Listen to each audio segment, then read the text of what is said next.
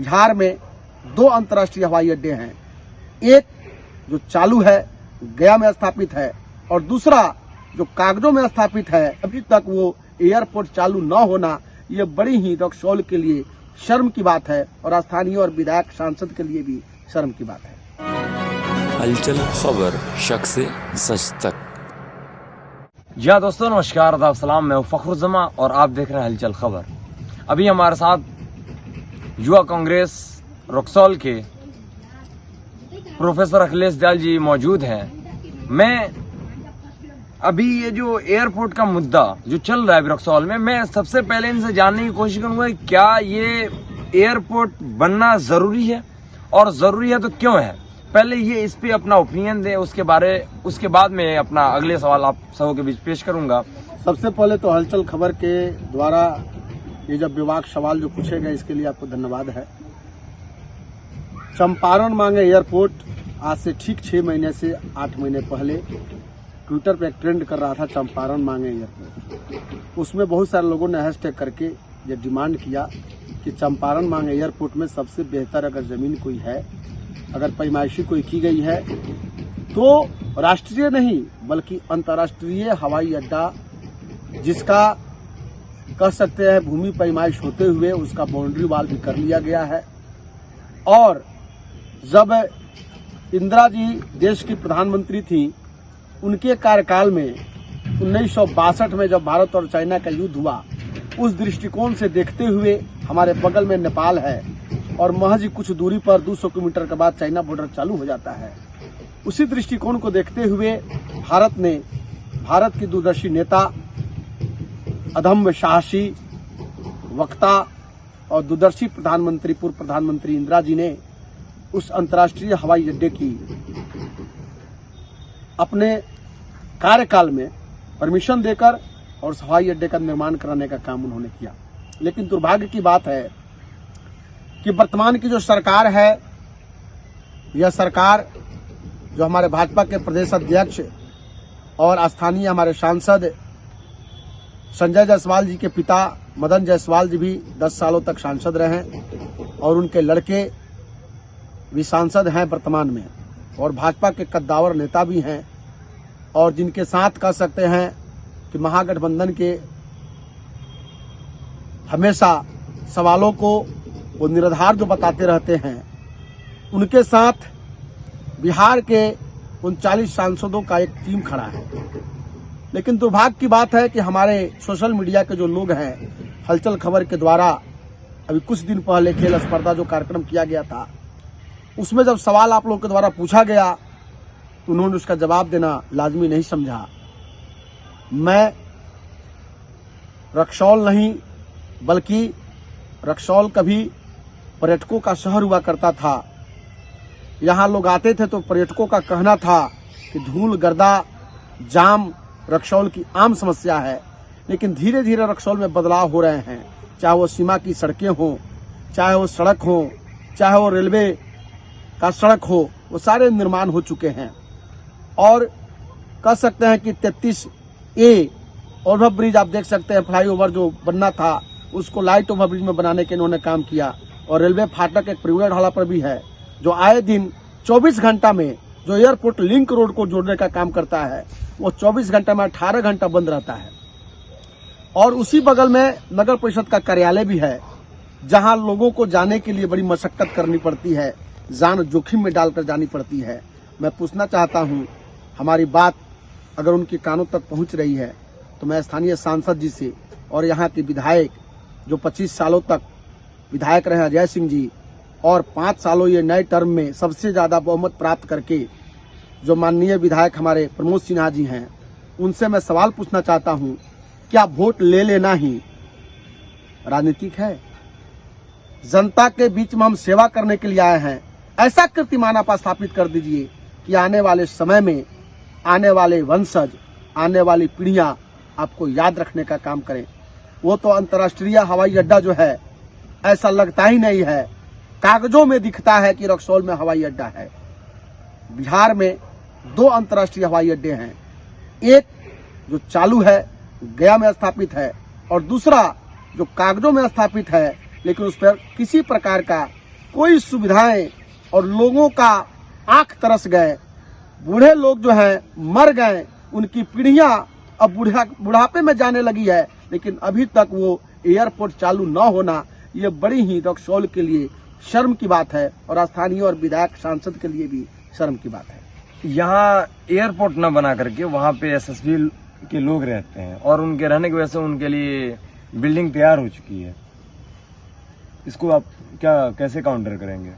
सशस्त्र सीमा बल एसएसबी का जब गठन हुआ, लगभग हम कह सकते हैं कि 20-25 साल पहले सशस्त्र सीमा बल का गठन किया गया, जिसका कार्य था कि हर एक सीमा क्षेत्र पर उनकी चौकसी को बढ़ाते हुए जो तस्करी के कार्य होते हैं उनको रोकने का काम एसएसबी ने किया। एसएसबी ने बखूबी अपना काम बेहतर ढंग से निभाने का काम भी कर रहे हैं। इसके लिए एसएसबी टीम को बधाई भी है, साधुवाद भी है।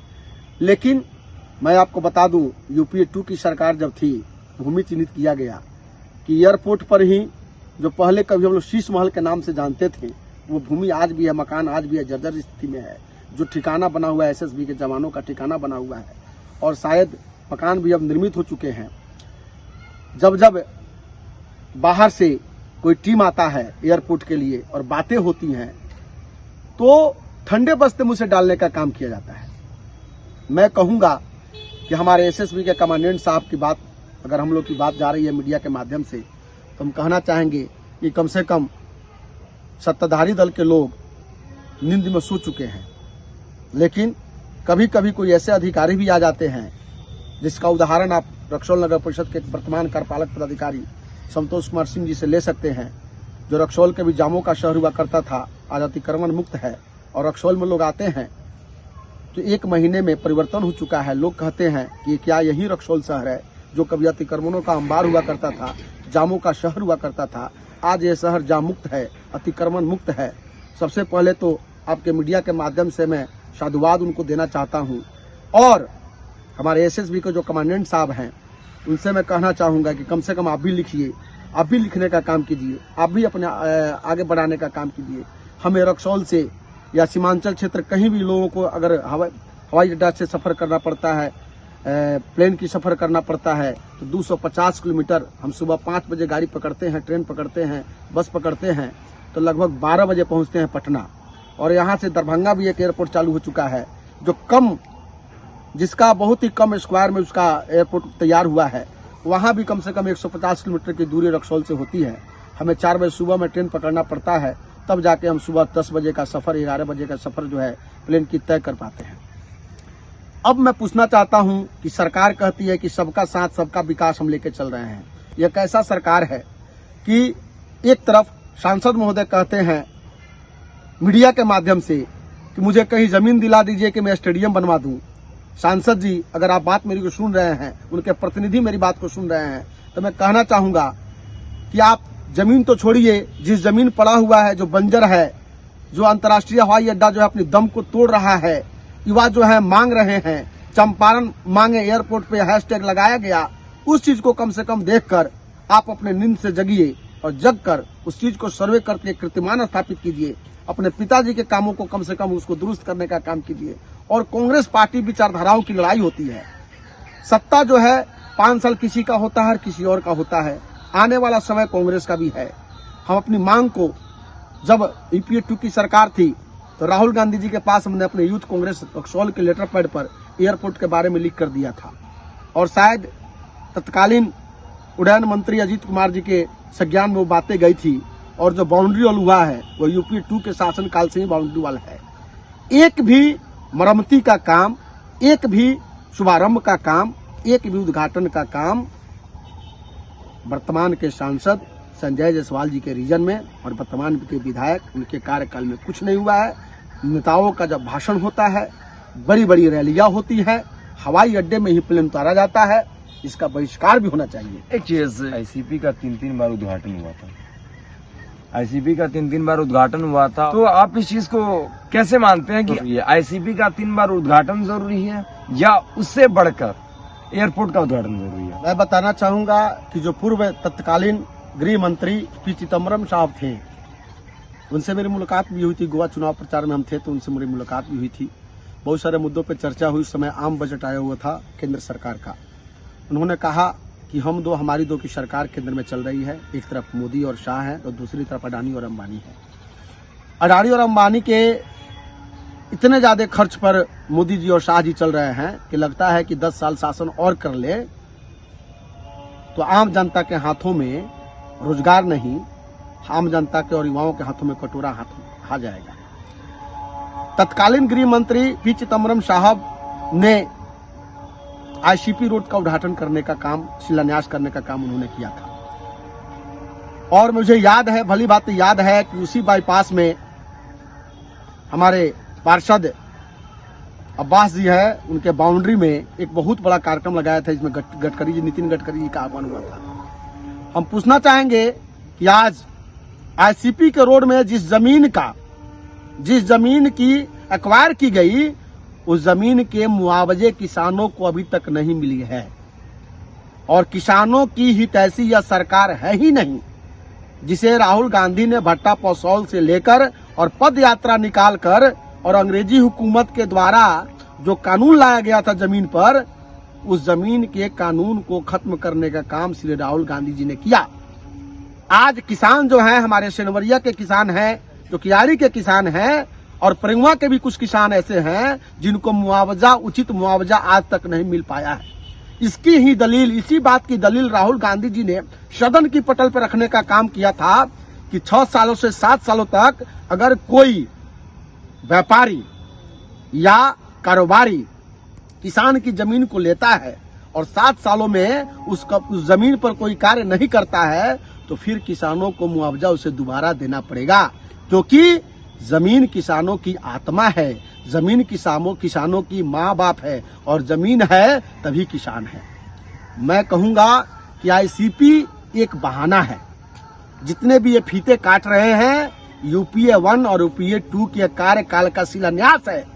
मोदी जी अभी 10 साल भी सत्ता में अगर रहे, जनता जो है, अंधभक्त जो है, जो पागल है, और मोदी जी की बार बार कहते हैं कि बहुत बड़े नेता मिले हैं, 10 सालों के बाद ऐसा देश कहलाएगा जो भूटान की स्थिति है, तिब्बत की स्थिति है, वैसे देश की स्थिति हमारे भारत की होने वाली है, जहां खाने के लाले पड़ सकते हैं और कह सकते हैं कि ऐसे देश की कल्पना हम करेंगे जो लोग मुहताज रहेंगे, और हमारे भारत देश में गृह युद्ध भी हो सकता है।